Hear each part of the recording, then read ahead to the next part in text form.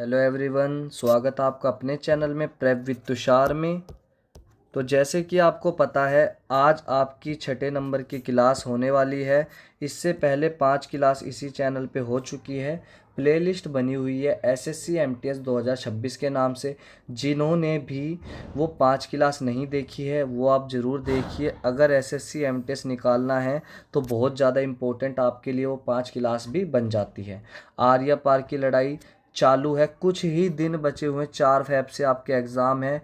Countdown start हो चुका है, तो बिल्कुल ढील नहीं देनी है। रिवीजन करना ही करना है, और रिवीजन करने की जो जिम्मा है वो कुछ हद तक मैंने आपका लिया है। मैं आपको बढ़िया से क्वेश्चन एग्ज़ाम ओरिएंटेड आज पढ़ाने वाला हूँ। सारी क्लासेस में एग्ज़ाम ओरिएंटेड पढ़ा है। तो चलो आज की वीडियो शुरू करते हैं। तो जो आज का अपना सबसे पहला क्वेश्चन है वो है, भारतीय संविधान में मौलिक कर्तव्य किस अनुच्छेद में दिए गए हैं। सबसे पहली बात तो जो ये मौलिक कर्तव्य है, ये मौलिक कर्तव्य लिए कहाँ से हैं? ये लिए हैं आपके यूएसएसआर से।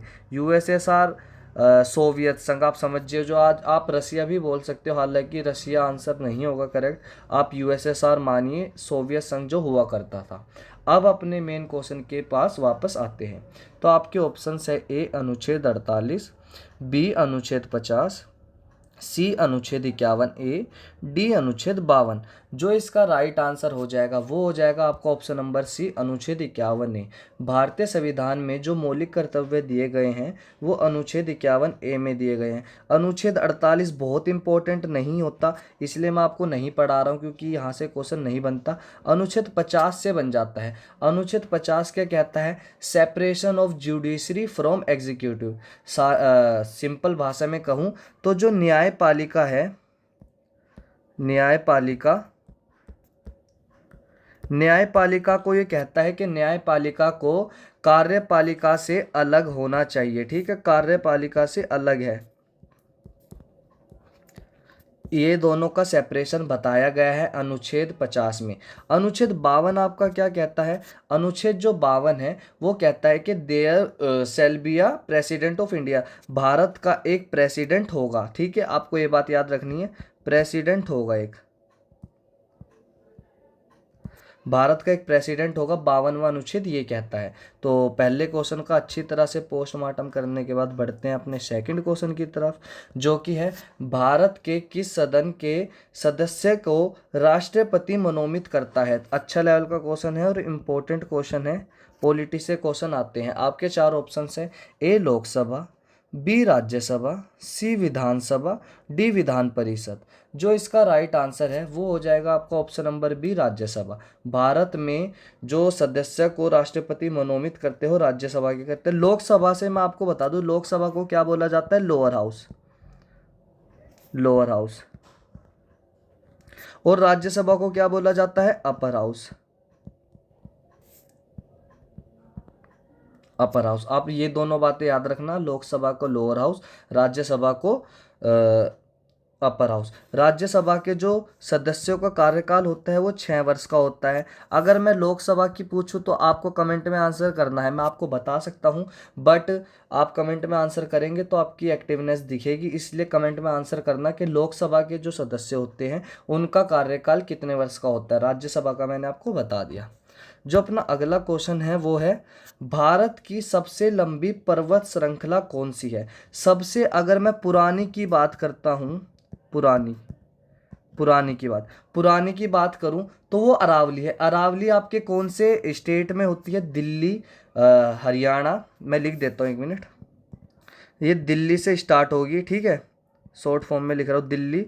उसके बाद जाएगी ये HR हरियाणा, देन जाएगी ये राजस्थान, उसके बाद ये एंड करती है गुजरात में। ये 4 राज्यों से होके अरावली जो पर्वतमाला है ये जाती है। और जो अरावली की सबसे ऊंची वो है पहाड़ी, वो कौन सी है? गुरु शिखर।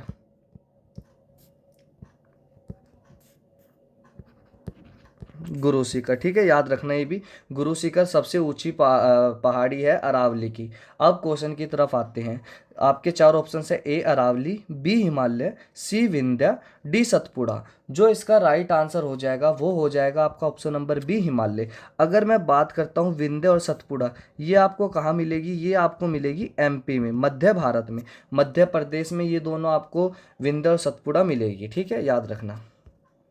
जो अपने चौथे नंबर का क्वेश्चन है वो है, कौन सी नदी दक्षिण भारत की गंगा कहलाती है? अच्छा क्वेश्चन है। आपके चार ऑप्शन है, ए कावेरी, बी कृष्णा, सी गोदावरी, डी महानदी। जो इसका राइट आंसर बनेगा वो बनेगा आपका ऑप्शन नंबर सी गोदावरी।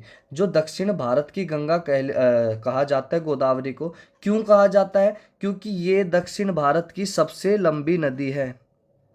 एक मिनट, ये जो है दक्षिण भारत की सबसे लंबी नदी गोदावरी है और इसको बूढ़ी गंगा के नाम से भी जाना जाता है। बूढ़ी गंगा, याद रखना। और इसके जो पास शहर है, कौन से शहर बसा हुआ है? नासिक।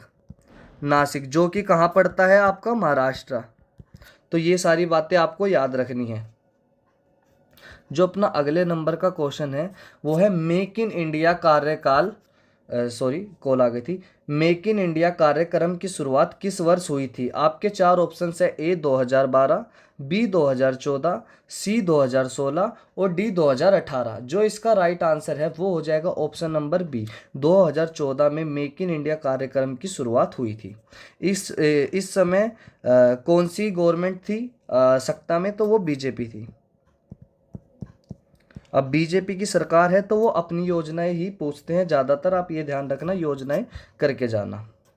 जो अपनी अगली बात है, श्वेत क्रांति का संबंध किससे है? आपके चार ऑप्शन है, ए मत्स्य पालन, बी दुग्ध उत्पादन, सी कृषि, डी उर्वरक। जो इसका राइट आंसर है वो है दुग्ध उत्पादन। श्वेत क्रांति का जो संबंध है वो इससे है, दुग्ध उत्पादन से। मत्स्य पालन क्या है? आप इसको फिशिंग कह सकते हैं, फिश रिलेटेड कह सकते हैं, ठीक है, ये फिशिस से रिलेटेड है, जिसको कि आप कह सकते हैं ब्लू रेवोल्यूशन। ब्लू रेवोल्यूशन, ठीक है, ये बात आप याद रखना। हरित क्रांति आपको पता है, एक मिनट, हरित क्रांति का भी आपको पता है, मैंने पिछली वीडियोस में आपको डिस्क्राइब किया हुआ है। जो अपने सातवें नंबर का क्वेश्चन है वो है, मानव शरीर में सबसे छोटी हड्डी कहाँ पाई जाती है? आपके चार ऑप्शन है, ए नाक, बी कान, सी पैर, डी हाथ। जो इसका राइट आंसर है वो हो जाएगा आपको ऑप्शन नंबर बी कान। मानव शरीर में सबसे छोटी हड्डी जो पाई जाती है वो कान की पाई जाती है। अगर पूछा जाए मानव शरीर में सबसे बड़ी त्वचा मिलती है, ठीक है, त्वचा, त्वचा जो है मानव शरीर की सबसे बड़ी, आप कुछ भी कह सकते हैं, क्वेश्चन में लिखा आएगा, मैं वो वर्ड बोल रहा हूँ एग्जैक्ट, बट अगर आपको सबसे बड़ा कुछ पूछा जाए मानव शरीर में तो त्वचा है, आप आंसर लगाकर आ जाना। जो आठवें नंबर का क्वेश्चन है वो है, कौन सा विटामिन रक्त के थक्के बनने में सहायक है? ये क्वेश्चन मैंने आपको 2 से 3 बार पढ़ा दिया है, अगर अब भी आप गलत करते हैं तो फिर आपकी गलती है। जो इसका राइट आंसर है वो है ऑप्शन डी, विटामिन के। ज़्यादा टाइम वेस्ट नहीं करेंगे इस क्वेश्चन पे। खिलाफत आंदोलन का नेतृत्व किसने किया था? आपके चार ऑप्शन है, ए महात्मा गांधी, बी मौलाना मोहम्मद अली, सी सुभाष चंद्र बोस और डी लाला लाजपत राय। जो इसका राइट आंसर बनेगा वो बनेगा ऑप्शन नंबर बी, मौलाना मोहम्मद अली। महात्मा गांधी ने कौन से आंदोलन की नेतृत्व किया था? असहयोग आंदोलन।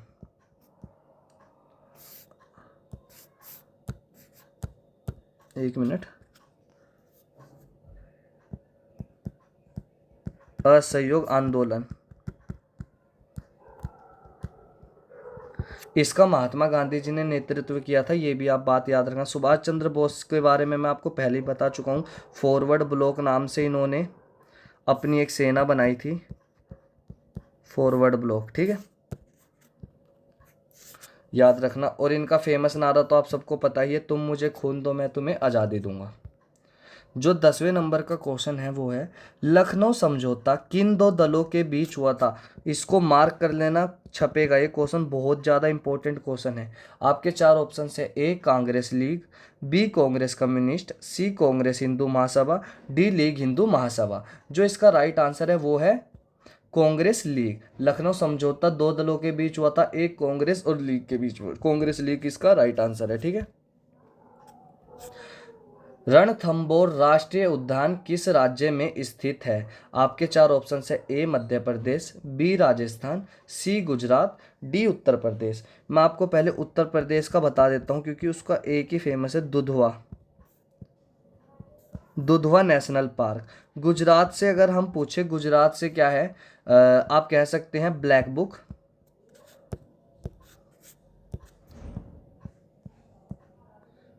एक minute, black book national park और मरीन नेशनल पार्क, आप ये दो याद रख सकते हैं। जो इसका राइट आंसर है वो है राजस्थान। मध्य प्रदेश के बहुत सारे हैं, बढ़िया और इम्पोर्टेंट हैं, इसलिए मैं आपको एमपी के बता देता हूँ, स्पेशल एमपी के। आप लिख सकते हैं, एक सतपुड़ा, पेच, पन्ना, संजय।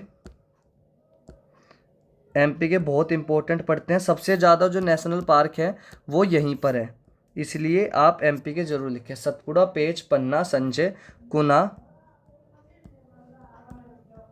आप ये सब याद रखना। ये जो है एमपी के नेशनल पार्क से कुछ इंपॉर्टेंट।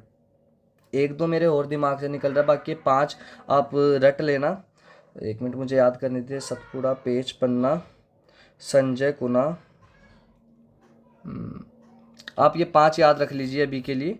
बाकी मैं आपको नेशनल पार्क का एक स्पेशल चैप्टर भी पढ़ाऊंगा क्योंकि बहुत इंपॉर्टेंट है। आपके 12वें नंबर का जो क्वेश्चन है वो है भारत के राष्ट्रीय धरोहर पशु कौन सा है। आपके चार ऑप्शन है, ए बाघ, बी शेर, सी हाथी, डी गैंडा। जो इसका राइट आंसर है वो है भारत का राष्ट्रीय धरोहर पशु सी हाथी। जो धरोहर पशु है वो है हाथी।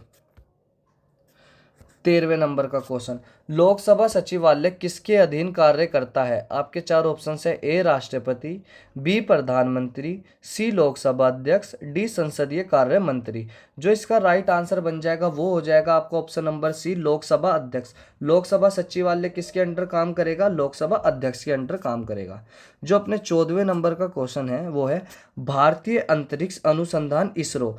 इसरो जो है इसका मुख्यालय कहाँ है, उसका मुख्यालय है आपका बेंगलोर में। बेंगलोर, जिसको आज के नाम पे बेंगलुरु के नाम से भी जाना जाता है। इसका पहले नाम बेंगलोर था, बेंगलुरु याद रखना। आपके चार ऑप्शन है, ए सत्यमेव जयते, बी ज्ञान ही शक्ति है, सी देश के हित में अंतरिक्ष तकनीक, डी अंतरिक्ष सबके लिए। जो इसका राइट आंसर बनेगा वो बनेगा देश के हित में अंतरिक्ष तकनीक। ठीक है।